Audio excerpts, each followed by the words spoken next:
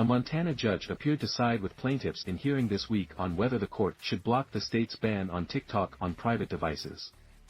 Attorneys for TikTok and 5 content creators argue the state's ban restricts First Amendment rights and would affect businesses, News.com has learned. The state maintains the ban protects citizens' privacy and security.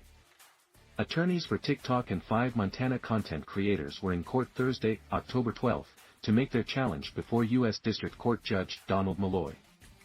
Plaintiffs say the state has gone completely overboard in regulating the app, according to the Associated Press, and are seeking a temporary block to the ban.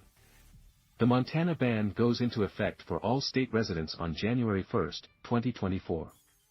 The plaintiffs say Montana's policy on TikTok, the video-sharing application, which was brought to the legislature after a Chinese balloon floated over the state in May, is essentially the state's foreign policy, rather than a protection for users.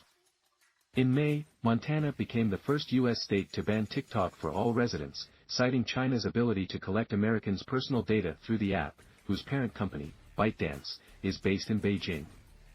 Multiple states and the federal government prohibit the app on official devices.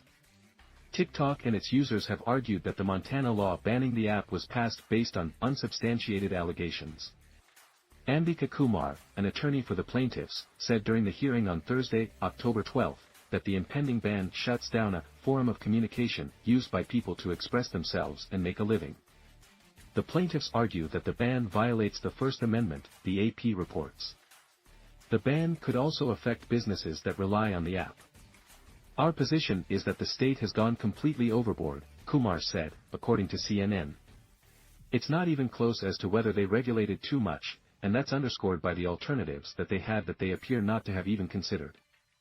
Montana Solicitor General Christian Corrigan argued Thursday that it was less a foreign policy and more a response to serious, widespread concerns about data privacy.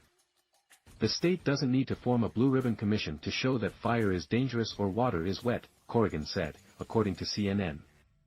Plaintiffs alleged Montana Attorney General Austin Knudsen's stance against China is at the core of the law, and Judge Malloy appeared to agree, suggesting that alternative measures could have been put in place instead of an absolute ban.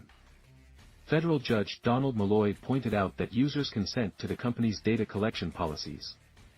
It seems to me there are a number of things that a legislature might have or could have done, Malloy told Corrigan. For instance, instead of banning TikTok, regulate what data they could obtain, create some sort of criminal statute that if they obtained data illegally or against the will of the users, they could get prosecuted criminally. Or, create a civil remedy for individuals. Malloy also suggested that Knudsen could have issued public service announcements about the possible downside of TikTok, according to CNN. It seems like everything the Attorney General argued at hearings and in public statements are directed to, we are going to teach China a lesson, not, we are going to protect people, Malloy said.